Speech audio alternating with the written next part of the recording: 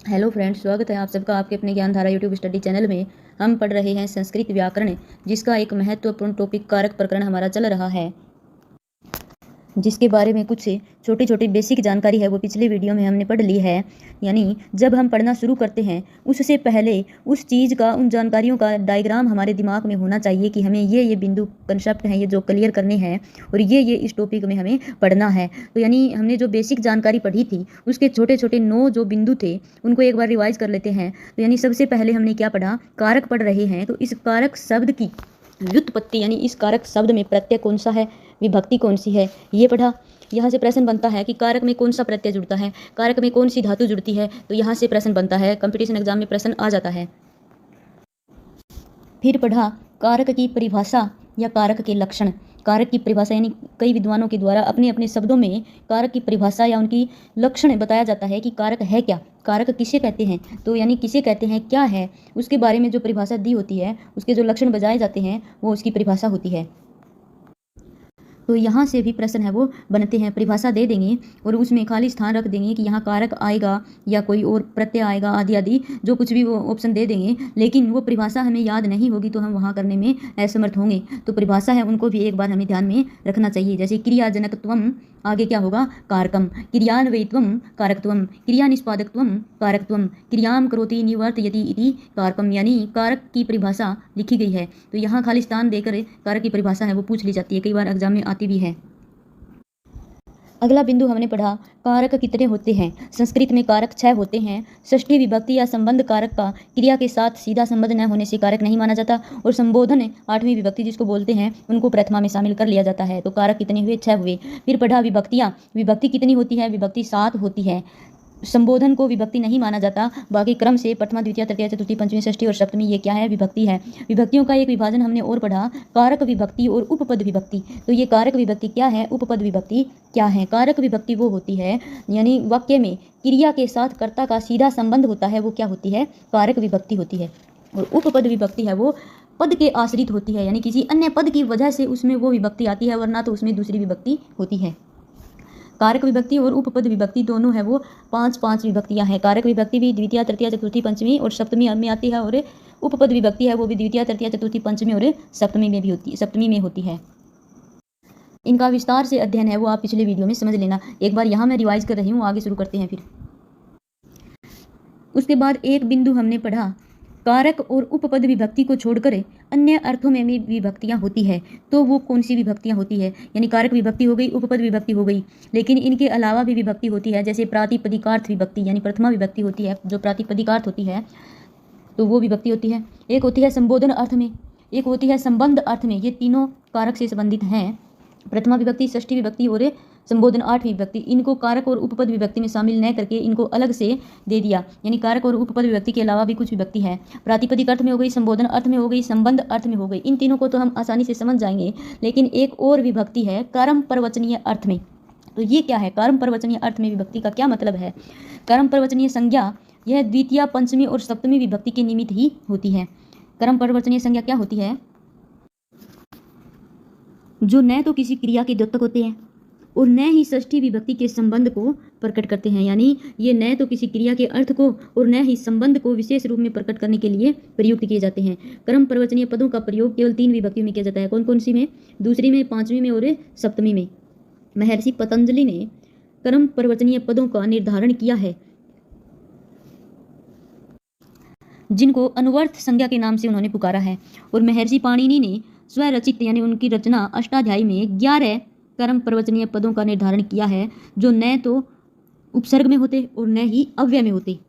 यानी न तो वो क्रिया के द्योतक होते हैं, न षष्ठी विभक्ति से संबंधित होते हैं, न उनको उपसर्ग कह सकते और न ही उनको अव्यय कह सकते, लेकिन वो उपसर्ग से ही संबंधित 11 शब्द हैं, जिनमें अप, अनु, आंग, अरि, अभि, अपि, अति, सु, प्रति, परि, उप, ये 11 शब्द हैं।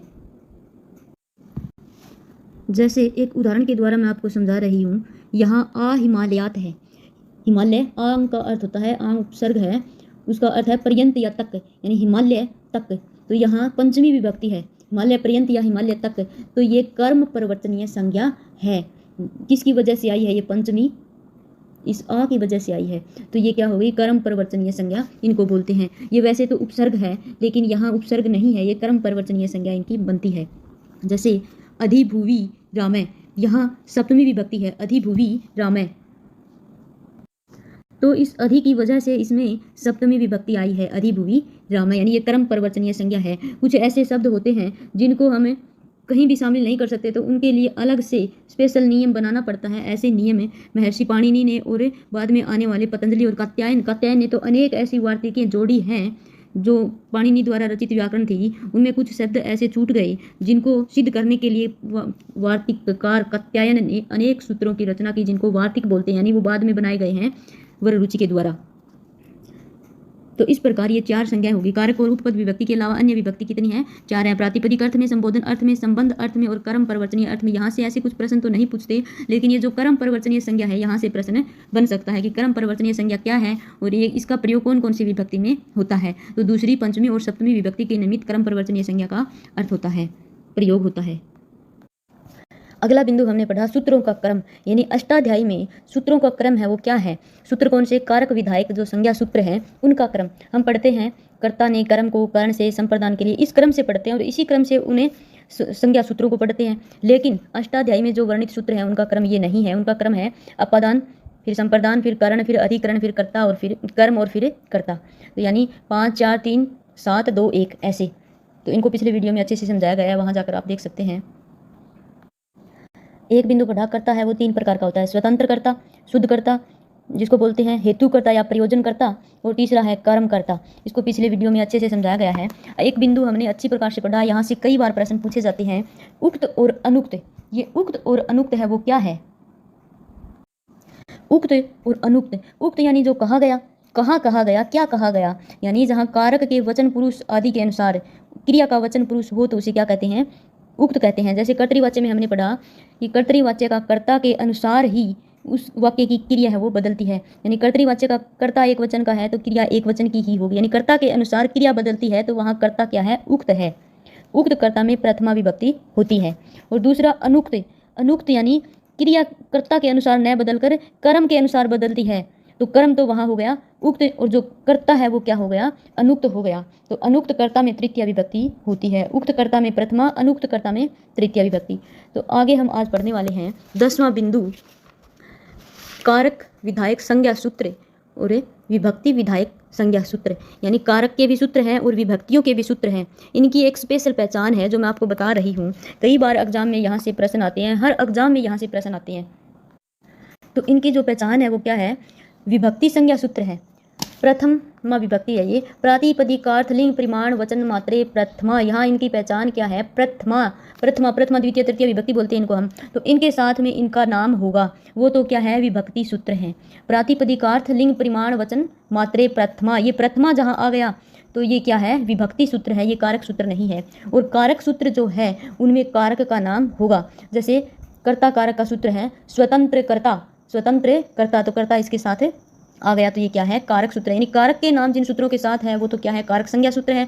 और जो विभक्तियों का नाम यदि जिसके साथ है तो वो क्या है? विभक्ति संज्ञा सूत्र है। याद रखना, यहाँ कंफ्यूज नहीं होना। यहाँ से हर बार एग्जाम में प्रश्न पूछते हैं कि कर्म संज्ञा विधायक सूत्र कौन सा है, कर्ण संज्ञा विधायक सूत्र कौन सा है, कर्ता संज्ञा विधायक सूत्र कौन सा है। ये कर्म वाला तो बहुत बार एग्जाम में पूछा गया है। तो कर्ता कारक की पहचान क्या है? कि इनके साथ कारक का नाम होगा, ये तो हम साथ में याद करते ही हैं। तो जिनके साथ कारक का नाम है वो कारक संज्ञा विधायक सूत्र, जिनके साथ विभक्ति का नाम है वो विभक्ति संज्ञा विधायक सूत्र। तो प्रातिपदिकार्थ लिंग परिमाण वचन मात्रे प्रथमा, ये विभक्ति संज्ञा विधायक सूत्र हो गया। और स्वतंत्र कर्ता, ये कर्ता विधायक कारक विधायक सूत्र हो गया। इनकी व्याख्या हम जैसे जैसे प्रथमा विभक्ति पढ़ेंगे वैसे वैसे साथ साथ पढ़ते जाएंगे। द्वितीय विभक्ति पढ़ेंगे तो इनके सूत्र, तृतीया पढ़ेंगे तो तृतीय के, चतुर्थी के, पंचमी के, ऐसे क्रम से पढ़ते जाएंगे। तो आज हमें पढ़ना है प्रथमा विभक्ति पढ़नी है। प्रथमा विभक्ति का सूत्र क्या है? प्रातिपदिकार्थ लिंग परिमाण वचन मात्रे प्रथमा। और कारक विधायक संज्ञा सूत्र क्या है? स्वतंत्र कर्ता। प्रथम कारक क्या है? कर्ता है, तो क्या हो जाएगा इसका? स्वतंत्र कर्ता। लेकिन अष्टाध्यायी में ये क्रम नहीं है। अष्टाध्यायी में 5 4 3 फिर 7वीं, फिर दूसरी, फिर पहली, ऐसी है। ये भी याद रखना, पता नहीं एग्जाम में ऐसे पूछ ले कभी प्रश्न। तो कर्ता कारक है और प्रथमा विभक्ति है। तो कर्ता कारक संज्ञा विधायक सूत्र क्या है? स्वतंत्र कर्ता क्या है? स्वतंत्र कर्ता कारक संज्ञा विधायक सूत्र है। इसका अर्थ क्या है? इसकी वृत्ति क्या है? क्रियायाम स्वातंत्रेण विवक्षितो अर्थ है कर्ता शात। क्रियायाम यानी क्रिया की सिद्धि में स्वातंत्रेण स्वतंत्रता पूर्वक स्वतंत्र रूप से विवक्षितो अर्थ है यानी कहा जाने वाला कर्ता है। यानी क्रिया की सिद्धि में स्वतंत्र रूप से कहा जाने वाला यानी उक्त कहा जाने वाला, विवक्षितो अर्थ है कहा जाने वाला क्या है? कर्ता है। यानी जो स्वतंत्र होता है, सामान्यतः किसी भी क्रिया को संपादित करने वाला पदार्थ या उसका जो प्रयोजक कारक ही क्या है? कर्ता है। सीधे हम कहते हैं वह पढ़ता है, मैं जाता हूँ, तो मैं क्या है? यहाँ कर्ता है, स्वतंत्र है, मेरे अनुसार ही क्रिया यहाँ बनी है। तो यानी जो स्वतंत्र होता है वो क्या है? कर्ता होता है। कर्ता के प्रमुख 3 भेद माने गए हैं, स्वतंत्र कर्ता यानी शुद्ध कर्ता, हेतु या प्रयोजक कर्ता और कर्म कर्ता। तो यहाँ प्रश्न क्या बन सकता है? एक तो संज्ञा विधायक सूत्र क्या है? कर्ता संज्ञा विधायक सूत्र क्या है? ये बन जाएगा। दूसरा प्रश्न है ये जो इसकी वृत्ति है यानी व्याख्या जो है इसे सूत्र की, यहाँ से प्रश्न कई बार पूछ लिया जाता है, क्रियायाम स्वातंत्रेण विवक्षितो अर्थ है खाली स्थान शात। तो ये हमें एक बार ध्यान में रखना होगा कि क्रियायाम स्वातंत्रेण, स्वतंत्र और स्वातंत्रेण यहाँ से देख लेना, आप समझ लेना। विवक्षितो अर्थ है क्या होगा? कर्ता होगा, कर्ता शात। तो यहाँ से 3 प्रश्न आसानी से बन सकते हैं। स्वतंत्र कर्ता कारक संज्ञा विधायक सूत्र, यहाँ इसकी वृत्ति, और तीसरा कर्ता के कितने भेद होते हैं। तो ये 3 प्रश्न यहाँ से बन रहे हैं इस एक सूत्र से। आगे है प्रथमा विधायक सूत्र यानी प्रथमा विभक्ति संज्ञा सूत्र है। प्रातिपदिकार्थ लिंग परिमाण वचन मात्रे प्रथमा। इसका क्या अर्थ है, क्यों दिया है? यानी इन शब्दों में इनके अंतर्गत जो शब्द आते हैं उनमें प्रथमा विभक्ति होती है। किन के अंतर्गत? प्रातिपदिक। ये प्रातिपदिक क्या है, क्या होते हैं? हम बार बार ये रट लेते हैं, प्रातिपदिकार्थ लिंग परिमाण वचन मात्रे प्रथमा। तो यहाँ इस प्रातिपदिक का क्या अर्थ है, कौन कौन से शब्द इसके अंतर्गत आते हैं? तो इसको सरल रूप में समझना है, नियत रूप से उपस्थित होने वाले अर्थ को अथवा जिनका लिंग सुनिश्चित हो। यानी कुछ शब्द ऐसे हैं जिनका लिंग है वो निश्चित होता है, वे क्या होते हैं? प्रातिपदिकार्थ होते हैं। प्रातिपदिकार्थ लिंग निश्चित हो या जिनका लिंग हो ही ना, वो दोनों किस में आते हैं? प्रातिपदिकार्थ में आते हैं। अलिंग या नियत लिंग ये दोनों किस में आते हैं? प्रातिपदिकार्थ में आते हैं। अलिंग क्या है? नियत लिंग यानी निश्चित लिंग तो वो हो गया, जैसे पुरुषवाचक कोई शब्द है तो वो पुरुषवाचक ही होगा, पुल्लिंग ही होगा, यानी वो बदलता नहीं है, तो वो तो हो गया नियत लिंग। लेकिन अलिंग क्या है? लिंग रहित क्या है? यानी जिनका कोई लिंग नहीं है, तो वो क्या है? अव्यय ऐसे शब्द हैं, यानी अव्यय है वो क्या है? नियत अलिंग है, तो वो किस में आएंगे? प्रातिपदिक में आएंगे। जैसे निश्चय है, उच्चय है, ये क्या है? प्रातिपदिक में आते हैं, अलिंग है, अव्यय है, इनका लिंग नहीं है। या तो जिनका लिंग नहीं है वो आएंगे, या फिर नियत लिंग यानी जिनका निश्चित लिंग है, जैसे कृष्ण श्री है वो निश्चित है, क्या है? किसका है? श्री, नित्य स्त्रीलिंग है, तो ये क्या हो गया?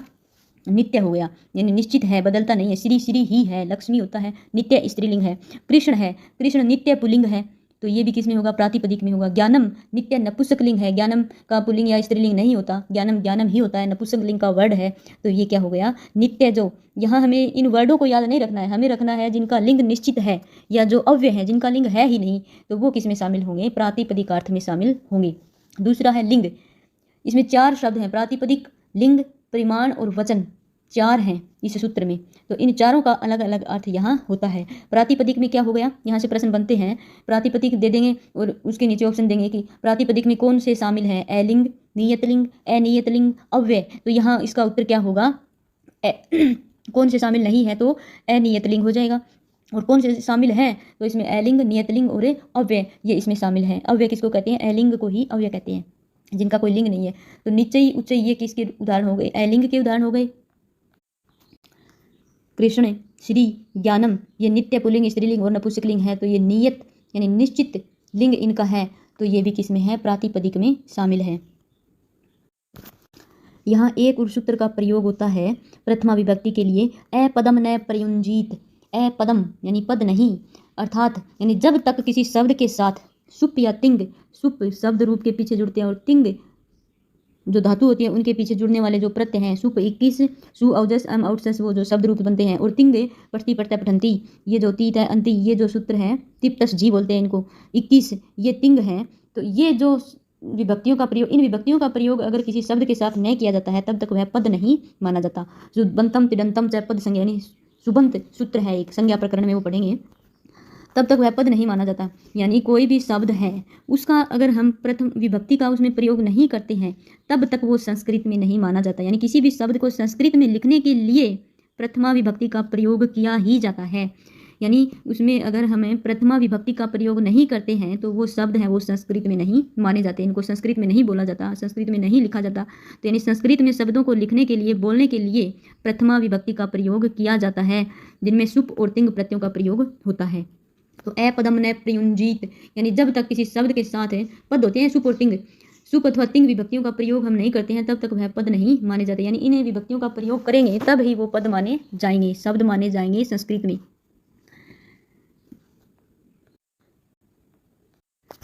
एक और सूत्र का यहाँ प्रयोग होता है नियतोपस्थितिका प्रातिपदिका, यानी जिनमें नियत उपस्थित होता है, जो नित्य होता है, निश्चित होता है, वो क्या है? प्रातिपदिक है। तो यहाँ प्रश्न बन सकता है नियतोपस्थितिका कह, तो क्या आएगा यहाँ? प्रातिपदिका। नियतोपस्थितिका कह है, ऐसा प्रश्न बन सकता है। तो यहाँ क्या होगा? नियत यानी जो नित्य है, निश्चित है, नियत है, वो क्या है? प्रातिपदिक है, यानी जो बदलते नहीं है वो क्या है? प्रातिपदिक है। तो इस सूत्र का प्रयोग भी प्रश्न बनाने के लिए किया जा सकता है कि नियत उपस्थित है वो क्या है? तो क्या है? प्रातिपदिक है, ये याद होना चाहिए। तो प्रातिपदिक है वो क्या अर्थ है प्रातिपदिक का? यानी जिनका निश्चित लिंग है या जो लिंग से रहित है वो शब्द किस में आते हैं? प्रातिपदिक में आते हैं। ठीक। एक अपदम न प्रयुंजित, इसका प्रयोग किया, यानी जब तक किसी शब्द के साथ हम सुप या तिंग विभक्तियों का प्रयोग नहीं करेंगे तब तक वो किस में नहीं माना जाएगा? संस्कृत में नहीं माना जाएगा। और उनको लिखने के लिए उसमें प्रथमा विभक्ति का ही प्रयोग किया जाता है। नियत उपस्थिति का प्रतिपादिक, यानी जो नियत है, नित्य है, निश्चित है, वो क्या है? प्रातिपदिक है, ये याद रखना। अगला है लिंग मात्र। क्या पढ़ा? सबसे पहले प्रातिपदिकार्थ मात्रे, दूसरे सूत्र में 4 शब्द जो थे।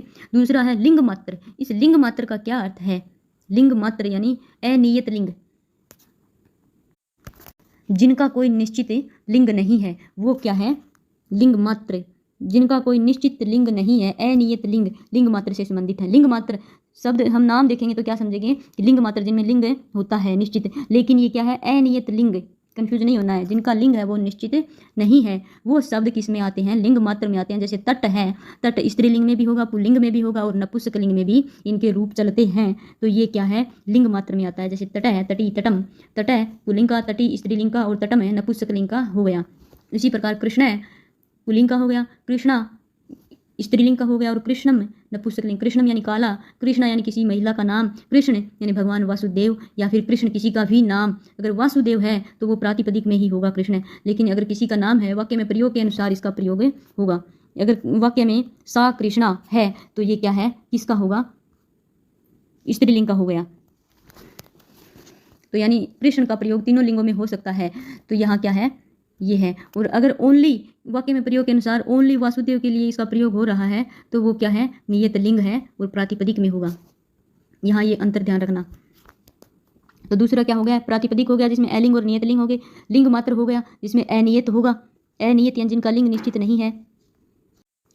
अगला है परिमाण मात्र, यानी मापवाचक शब्दों के योग में प्रथमा विभक्ति का प्रयोग होता है। यानी किसी भी शब्द से केवल परिमाण की विभक्ति नहीं कर सकते। यानी केवल परिमाण, जैसे द्रोणों है, द्रोण एक बर्तन है, ओनली द्रोण से परिमाण मात्र की अभिव्यक्ति नहीं होती। यानी प्रातिपदिकार्थ प्लस परिमाण दोनों होंगे। व्रीहि प्रातिपदिकार्थ हो गया और द्रोणों व्रीहि यानी चावल होते हैं। द्रोण यानी बर्तन है, मापने का बर्तन जो है, तो दोनों की अभिव्यक्ति ही इसमें होती है। यानी प्रमाण मात्र में यानी मापवाचक शब्दों के योग में प्रथमा विभक्ति होती है। यहाँ ज़्यादातर द्रोणों व्रीहि शब्द का प्रयोग ही किया जाता है। तो यहाँ प्रश्न बन सकता है कि परिमाणवाचक शब्द है वो कौन सा है? खारी और आडकम भी प्राचीन समय में मापवाचक पत्र होते थे, इनका प्रयोग भी कभी कभी हो जाता है, ध्यान में रखना। ज़्यादातर द्रोणों व्रीहि का प्रयोग ही यहाँ होता है। अगला है वचन मात्रे। वचन यानी संख्या। किसी शब्द की संख्या को प्रकट करने के लिए, संख्या को बताने के लिए प्रथमा विभक्ति का प्रयोग किया जाता है। जैसे एक की एका, एका एकम, द्वौ द्वे द्वे। यानी ये हम देखते ही पहचान जाते हैं कि यहाँ संख्यावाचक शब्द जो है उनमें किसका प्रयोग होगा? प्रथमा विभक्ति का प्रयोग होगा। तो प्रातिपदिकार्थ, लिंग, वचन मात्रे, ये 4 जो शब्द हैं इनका हमने अच्छी प्रकार से अध्ययन कर लिया है, जो प्रथमा विभक्ति से संबंधित है। प्रथमा विभक्ति विधायक संज्ञा सूत्र जो ये है, तो प्रातिपदिक में कौन से वर्ड आते हैं, शब्द आते हैं, लिंग वाले में कौन से आते हैं, वचन में कौन से आते हैं और परिमाण में कौन से आते हैं। यहाँ प्रश्न ऐसे भी बन सकता है, एक तरफ शब्द होंगे और दूसरी तरफ ये होंगे प्रातिपदिकार्थ मात्र, वचन मात्र, परिमाण मात्र, लिंग मात्र। तो इनका मिलान करो, यानी प्रातिपदिकार्थ में कौन सा शब्द आएगा, वचन मात्र में कौन सा आएगा, लिंग मात्र में कौन सा आएगा और परिमाण मात्र में कौन सा आएगा। मिलान से संबंधित प्रश्न भी यहाँ आ जाते हैं। अलग अलग से भी इनका प्रश्न पूछ लिया जाता है, यहाँ से प्रश्न बनते हैं। एक भी प्रश्न यहाँ नहीं छूटना चाहिए। जो कुछ भी यहाँ समझ नहीं आ रहा है तो वो कमेंट बॉक्स में जाकर पूछ सकते हैं, कहीं भी कभी भी पूछ सकते हैं। एक और जो आठवीं विभक्ति है वो प्रथमा विभक्ति में ही शामिल होती है, जिसका सूत्र है संबोधने च, यानी संबोधन करने के लिए इसका प्रयोग किया जाता है। अधिकतर संबोधन अर्थ में प्रथमा विभक्ति होती है, जिसको आमुखीकरण या सम्मुखीकरण भी कहते हैं। संबोधन के लिए जो प्रयुक्त विभक्ति है उसको आमंत्रित विभक्ति भी कहते हैं। जैसे हे राम, हे पिता, हे सखा, ये सब क्या है, अष्टमी विभक्ति है। इसका प्रयोग है वो प्रथमा विभक्ति में ही होता है, यानी सेम होती है। लेकिन संबोधन का एक वचन जो है वो प्रथमा विभक्ति से अलग है। क्या है उसमें, हे राम, हे विष्णु, ये क्या है, संबोधन का प्रथमा है, एक वचन है। तो इसको क्या बोलते हैं, एक वचन को, संबोधन की एक वचन को क्या बोलते हैं, संबुधि बोलते हैं। ये प्रश्न भी यहाँ याद रखने योग्य है। तो संबोधने च ये सूत्र है, अष्टमी विभक्ति का है, संबोधन का है, लेकिन संबोधन को अलग से कारक नहीं माना गया है, विभक्ति भी नहीं माना गया है। इसको किस में शामिल कर लिया गया है, प्रथमा विभक्ति में शामिल कर लिया गया है। इसका अर्थ होता है आमुखीकरण या किसी को संबोधित करना, मतलब सरल शब्दों में।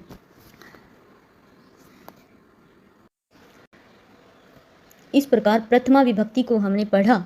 प्रथमा विभक्ति विधायक संज्ञा सूत्र क्या है, प्रातिपदिकार्थ लिंग परिमाण वचन मात्रे, इसमें 4 जो शब्द हैं उनमें जो शब्द आते हैं उनमें प्रथमा विभक्ति होगी। संबोधन अष्टमी जो विभक्ति है, संबोधन का प्रयोग जिसके लिए किया जाता है उसमें भी प्रथमा विभक्ति होगी। इनके अलावा भी कुछ ऐसे शब्द हैं जिनमें प्रथमा विभक्ति होती है, तो वो कौन कौन से हैं। एक है कर्तृवाच्य। कर्तृवाच्य के कर्ता में प्रथमा विभक्ति होगी।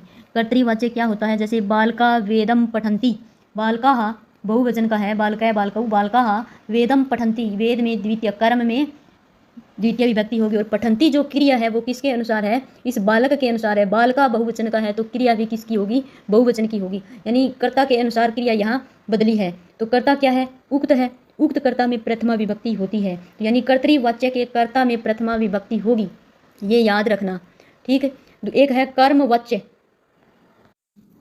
कर्मवाच्य के कर्म में प्रथमा विभक्ति होगी, जैसे रामेण पुस्तकानि पठ्यन्ते, राम पुस्तकों को पढ़ता है। ये पठ्यन्ते क्रिया, कर्मवाच्य की क्या पहचान है, कर्ता में तृतीय विभक्ति होती है और जो अनुक्त होता है। कर्म है वो उक्त होता है, क्यों होता है उक्त, क्योंकि कर्म के अनुसार क्रिया है। कर्म में क्या है, बहुवचन है, तो क्रिया में भी क्या है, बहुवचन है। कर्तृवाच्य में कर्ता में बहुवचन होता तो क्रिया बहुवचन की होती, लेकिन यहाँ कर्ता एक वचन का है, बहुवचन का नहीं है, फिर भी क्रिया है वो क्या है, बहुवचन की है। राम द्वारा पुस्तक पढ़ी जाती है, तो ये पुस्तकों को पढ़ा जाता है। तो ये पुस्तकानी, इसमें क्या है, प्रथमा, पुस्तकानी नपुंसकलिंग का प्रथमा और द्वितीय सेम होता है, तो यहाँ क्या होगा ये याद रखना है, प्रथमा विभक्ति यहाँ है। यानी कर्तृवाच्य के कर्ता में प्रथमा होगी, कर्मवाच्य के कर्म में प्रथमा होगी। 4 5 6 7 हो गए, प्रातिपदिक हो गए, लिंग मात्र हो गया, वचन मात्र हो गया, परिमाण मात्र हो गया, संबोधन हो गया, कर्तृवाच्य का कर्ता हो गया, कर्मवाच्य का कर्म हो गया, 7 हो गए। एक है नाम मात्र में, यानी किसी का नाम बताना है तो वो क्या है, उसमें प्रथमा होगी, नाम मात्र में प्रथमा होगी। अव्यय के योग में, अव्यय जो प्रातिपदिक में भी आ गए, अलिंग जो होते हैं, अव्यय के योग में प्रथमा होगी और इति के योग में भी प्रथमा विभक्ति होगी। तो ये कितने हो गए, 10 जो हैं उनको याद रखना। परिमाण मात्र में, वचन मात्र में, लिंग मात्र में, प्रातिपदिकार्थ मात्र में, संबोधन में, कर्तृवाच्य के कर्ता में, कर्मवाच्य के कर्म में, नाम मात्र में, अव्यय में और इति के योग में प्रथमा विभक्ति होगी। तो प्रथमा विभक्ति से संबंधित कोई भी डाउट नहीं रहना चाहिए। अगर किसी भी प्रकार का संशय है तो कमेंट बॉक्स में जरूर पूछें। धन्यवादम। यहाँ एक दो प्रश्न और है जो कर लेते हैं। नियत उपस्थिति कै अस्ति, क्या होगा यहाँ, नियत उपस्थिति जो मैंने पहले भी बता दिया है आपको, कौन है, क्या होगा इसका आंसर, प्रातिपदिकार्थम। अगला है प्रातिपदिकार्थ मात्र से उदाहरणानि सन्ति, प्रातिपदिकार्थ मात्र के उदाहरण हैं, कौन से हैं, अलिंग, नियतलिंग, अलिंगा, नियतलिंगाश्च, अनियतलिंगा। तो यहाँ क्या होगा, ये दोनों जिसमें शामिल है वो क्या होगा, इसका सही आंसर होगा अलिंग और नियतलिंग है वो प्रातिपदिकार्थ मात्र है। आगे है प्रथमा न भवति, यानी प्रथमा है वो कहाँ नहीं होती, जो ऑप्शन दिए हुए हैं इनमें, प्रातिपदिकार्थ मात्र में, लिंग मात्र में, संख्या मात्र में या संबंध में। तो इसका आंसर क्या होगा, संबंध में है वो प्रथमा नहीं होती। प्रयोगे कर्तृवाच्य से कर्तृकार के भवति, प्रयोग में कर्तृवाच्य के कर्ता कारक में क्या होता है, कर्तृवाच्य के कर्ता में कौन सी विभक्ति होती है, प्रथमा विभक्ति होती है। तो इस प्रकार के प्रश्न है जो एग्जाम में बनते हैं, प्रथमा विभक्ति से संबंधित सभी प्रश्न हमने कर लिए हैं, कोई भी प्रकार का संशय नहीं होना चाहिए।